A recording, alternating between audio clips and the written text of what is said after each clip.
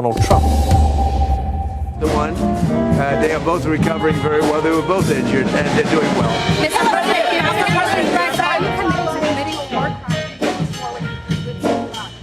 What else? Mr. President, you said that Iran has no anti-aircraft equipment. How are they able to drop those? Well, you know what? When you do thousands and thousands of flights, and you have one plane shot down, and not mortally, the two pilots got out, they got a little bit lucky. And you know what? In war, you need a little bit of luck also. They got a little bit lucky. That's all they got. Ending the war. What's stopping you from ending the war? Well, it could end very quickly, the war. They do what they have to do. They have to do certain things. They know that. They've been negotiating, I think, in good faith.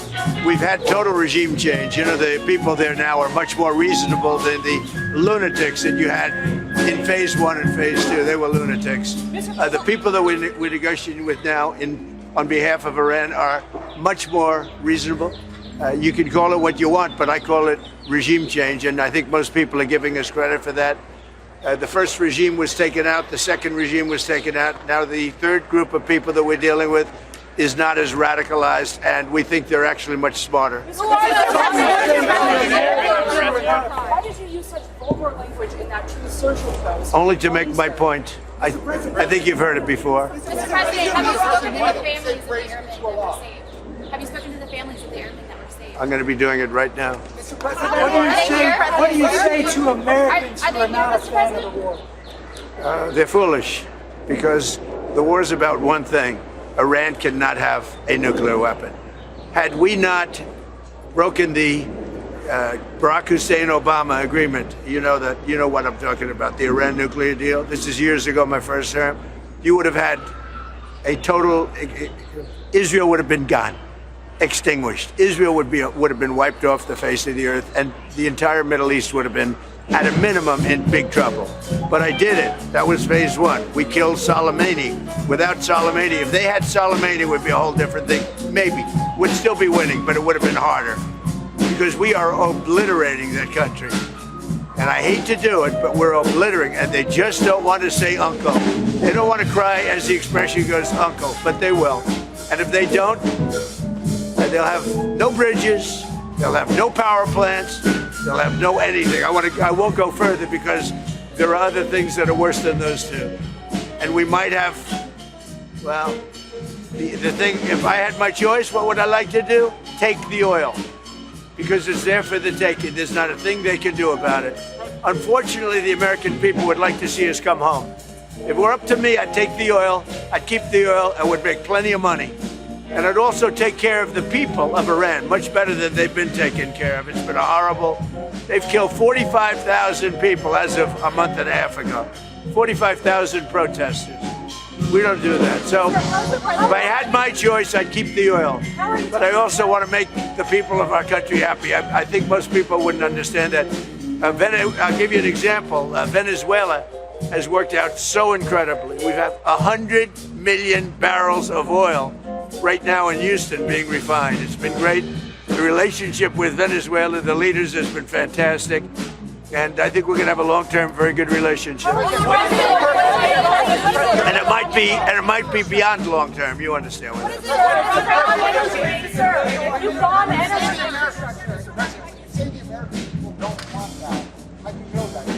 Well, I tell you what, I'm pretty good at this stuff, and I go around and I check. They'd like to see us win and come home. And I appreciate CNN for the first time maybe in my life. They did a poll. And everyone's saying, oh, is Trump losing MAGA? No, I'm not losing MAGA. MAGA loves what I'm doing. And CNN did a poll of MAGA voters, a big poll, very important poll, Harry.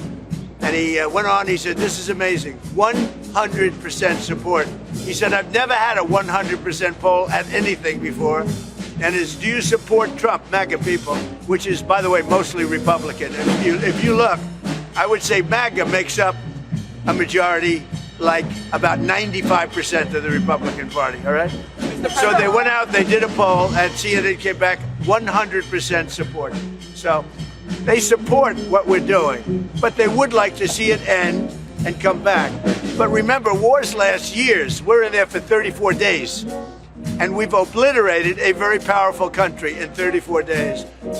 Yeah, if it were up to me, I'd like to keep the oil. I just don't think the people of the United States would really understand. Why are we still there? How is it taking care of the Iranian people if you're bombing? Yeah, who you with? Who you with? Yes. Well, that's a radical left group of lunatics that you're with. Let me just tell you, very fair question. The Iranian people, when they don't hear bombs go off, they're upset. They want to hear bombs because they want to be free. And the only reason they're not out protesting, you know that, is because they were informed that if they protest, like the wrestler and his friends, if they protest, they will be shot immediately. And that's an edict, that's in writing.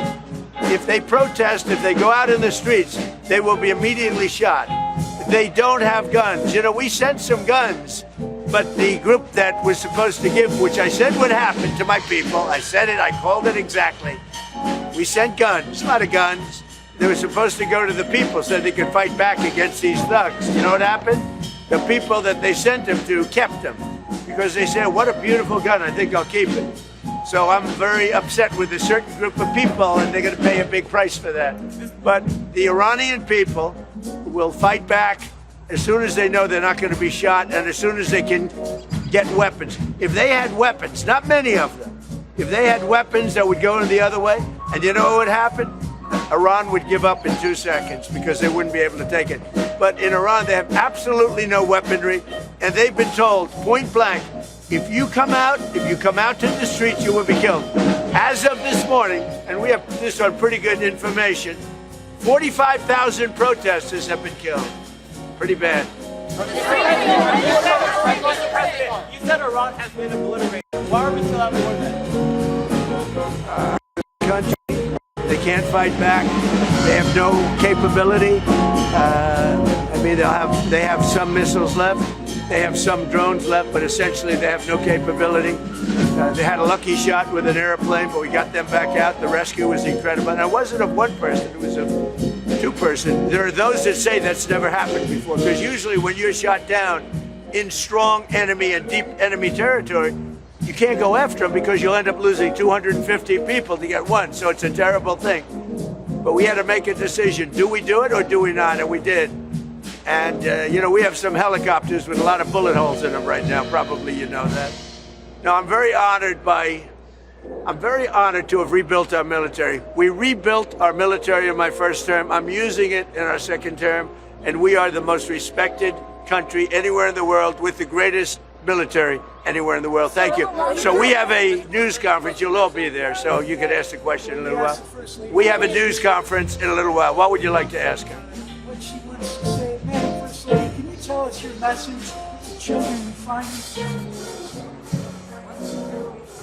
Well, all of this is happening for their future, so they will be safe in years to come.